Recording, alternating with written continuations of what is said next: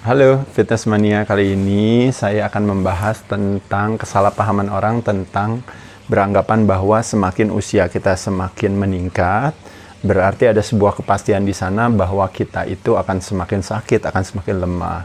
Di satu sisi mungkin ada benarnya karena terjadi yang namanya degeneratif ketika mungkin organ fungsi tubuh kita mungkin berkurang ya seiring dengan waktu. Tapi sekali lagi saya katakan, kalau berbicara usia itu terbagi atas definisinya 3. Tapi kalau saya tanya sama teman-teman, misalnya contohnya, Mas usianya berapa atau Mbak usianya berapa? Pasti kita akan menjawab usia berdasarkan kalender.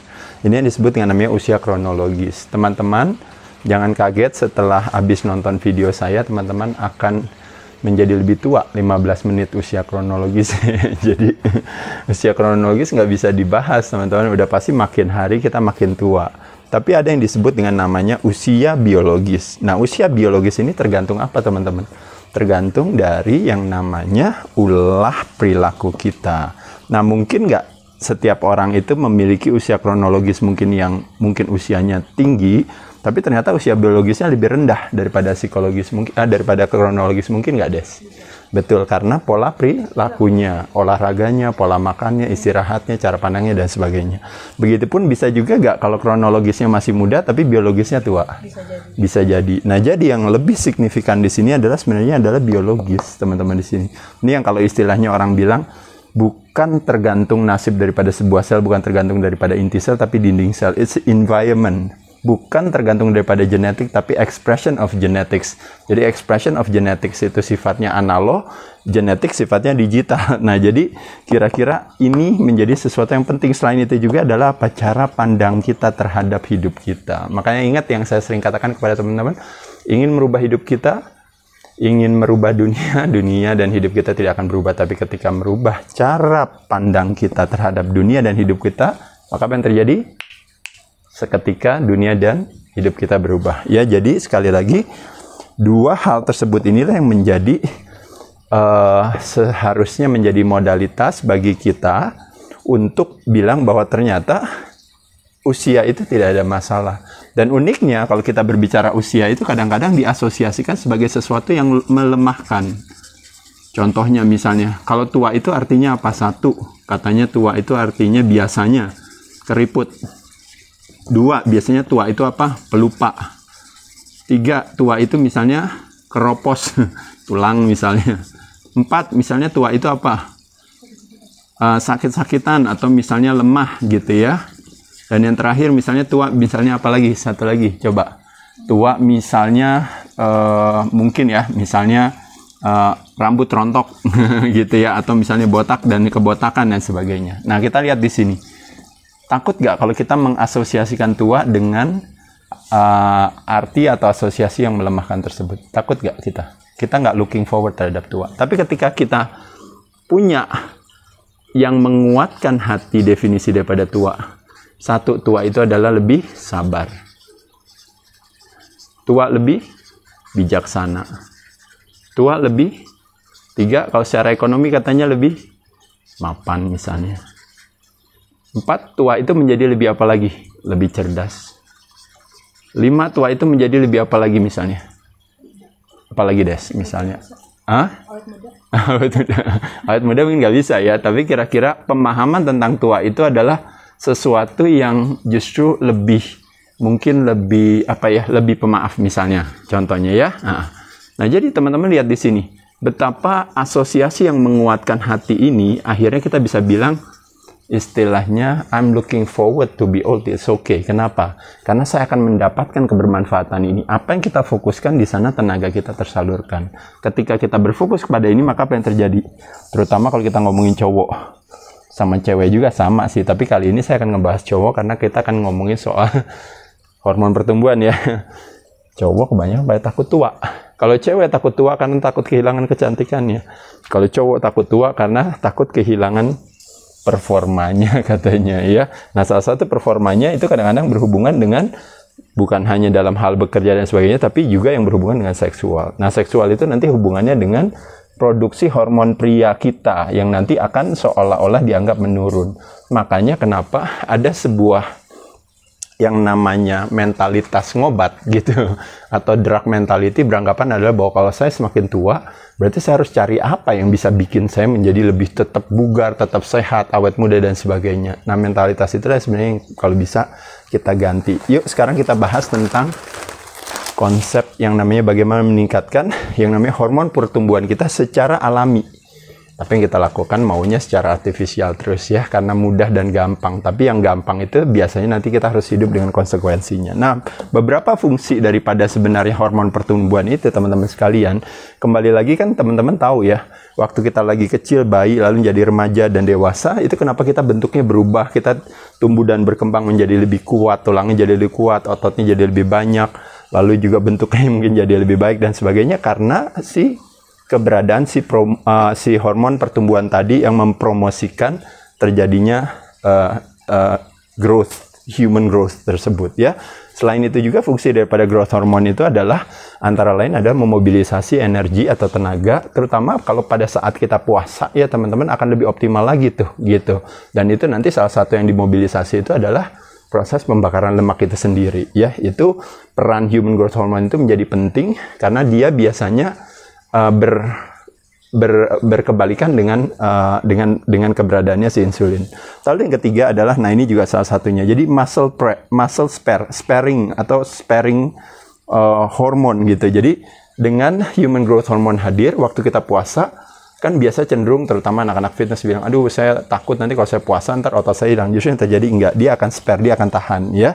Dan bahkan sebagian ada yang bilang bahwa bisa meningkatkan human growth hormone tersebut sehingga jadi ototnya bisa optimal gitu. Tapi kembali lagi di sini nanti bisa diperdebatkan, tapi intinya kalau bagi orang yang gemuk tentu ini sangat baik sekali. Bagi orang yang kurus mungkin potensi untuk terjadi yang namanya gluconeogenesis atau ototnya yang kepake mungkin potensinya bisa lebih besar. Makanya kenapa nanti strateginya kelar puasa langsung makan dan sebagainya. Yang keempat yaitu adalah tentunya hubungannya dengan, kalau kita berbicara human growth hormone itu pasti related sama nanti otot, related juga nanti sama namanya basal metabolic rate atau resting metabolic rate. Semakin dia tinggi, maka biasanya metabolismenya akan semakin lebih cepat.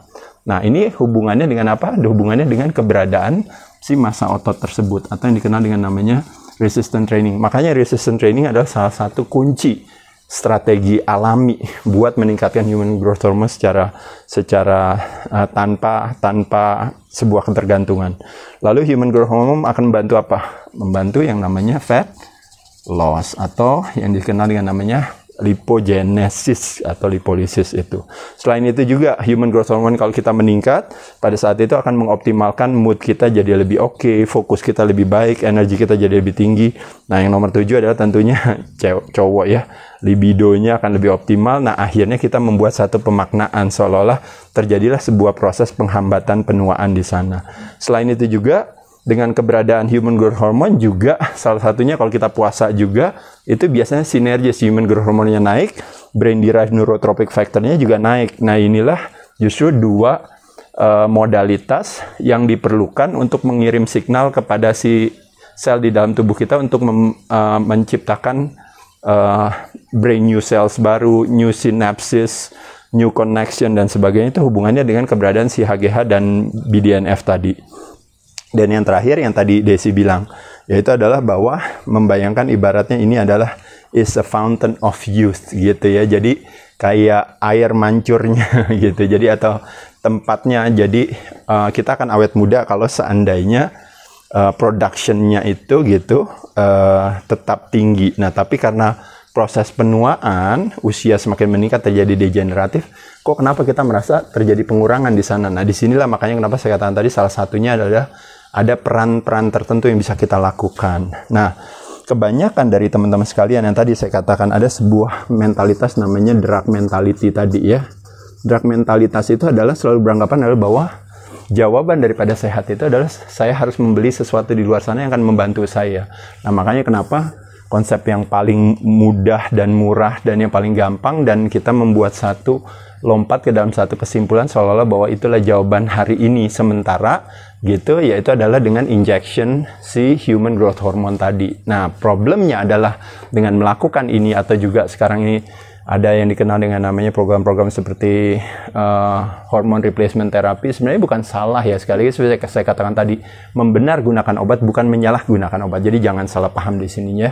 Tapi intinya adalah pada dasarnya badannya bisa melakukan secara alami, tapi instead kita melakukan itu, makanya kenapa terjadi nanti dampak samping yang hadir gitu ya.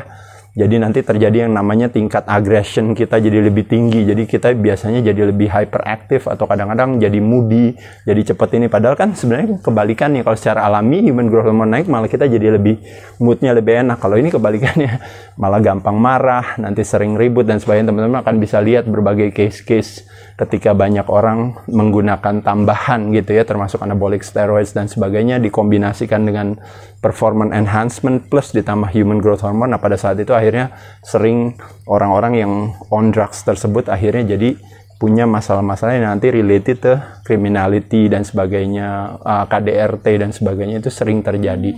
Kedua juga adalah ini yang disebut dengan negative feedback, yaitu adalah ketika kita biasa dikasih uang, kita malas bekerja. Jadi ketika kita biasa dikasih tambahan dari luar, badannya malas memproduksi. Makanya terjadi yang namanya badannya menciptakan down regulation production-nya gitu. Jadi akhirnya mempromot yang namanya nanti banyak hal gitu, termasuk jadi akhirnya bisa mandul dan sebagainya. Mungkin kanker prostat itu salah satu juga yang paling populer gitu ya. Itu makanya kenapa di sini ada potensi gitu ya, meningkatkan si sel cancer itu jadi meningkat gitu. Itu disebabkan karena apa?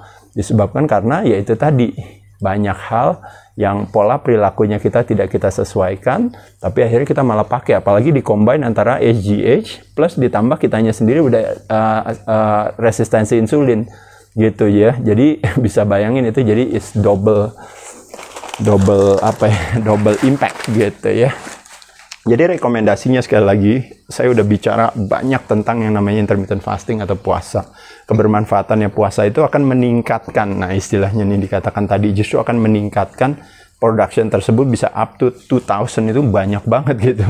100% aja udah banyak, ini masa bisa berpuluh-puluh kali lipat. Tapi kembali lagi itu memang sekali lagi lebih kepada kecerdasan tubuh kita menciptakan satu apa ya namanya, kalau istilahnya homeostatis ya.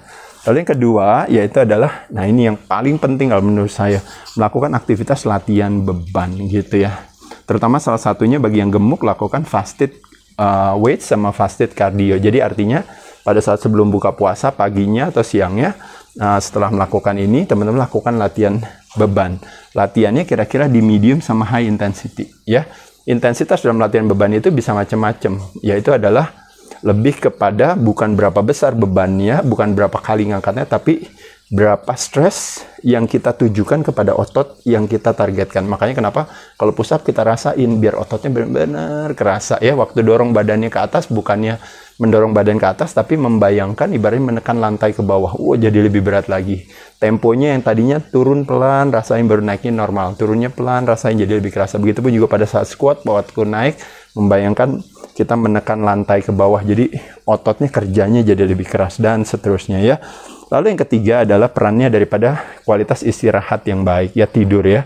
Tidur nanti bisa indikatornya macam-macam ya, bisa REM namanya rapid eye movement, itu pada saat dimana terjadi yang namanya deep sleep itu. Nanti ada deep delta sleep atau apapun lah terminologinya.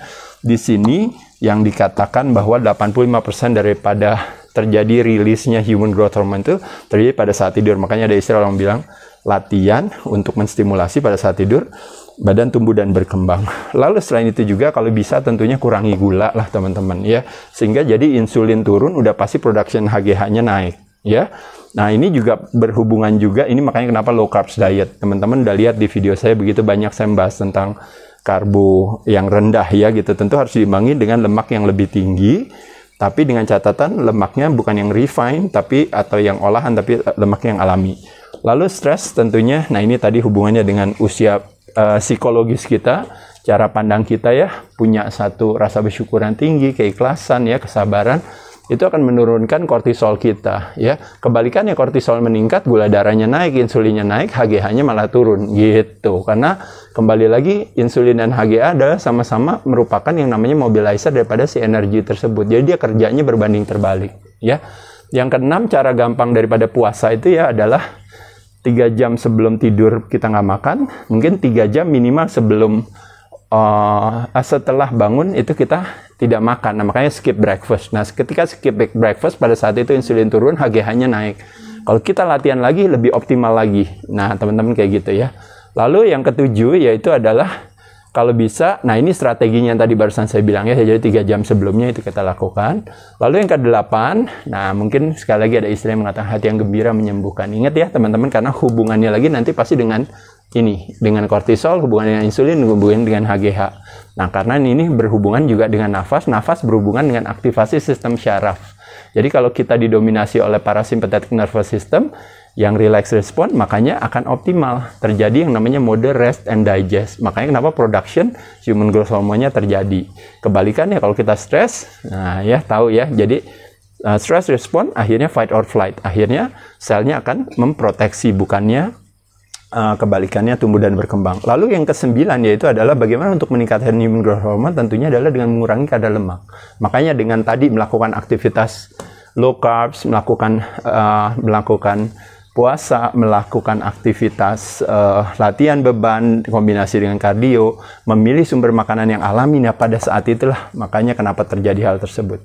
Suplementasi yang berhubungan dengan kepriaan gitu, ada kandungannya mungkin L-arginin, ada GABA, ada melatonin dan sebagainya, konsumsikan secara bijaksana ya, karena kita tetap harus berfokus kepada nutrisi dan makanan yang alami ya gitu. Jadi sekali lagi teman-teman sekalian, yang mau saya sampaikan di sini adalah di satu sisi menyenangkan, ada sesuatu di luar sana yang bisa membantu kita, tapi yang paling utama adalah sekali lagi jawabannya adalah ulah perilaku kita yang akan menjadi penentu, sekali lagi yang akan menjadi penentu daripada kualitas kesehatan kita. Nasib kesehatan kita bukan di tangan perilaku orang lain, tapi di tangan diri kita sendiri. Saya ucapkan terima kasih, semoga bermanfaat teman-teman.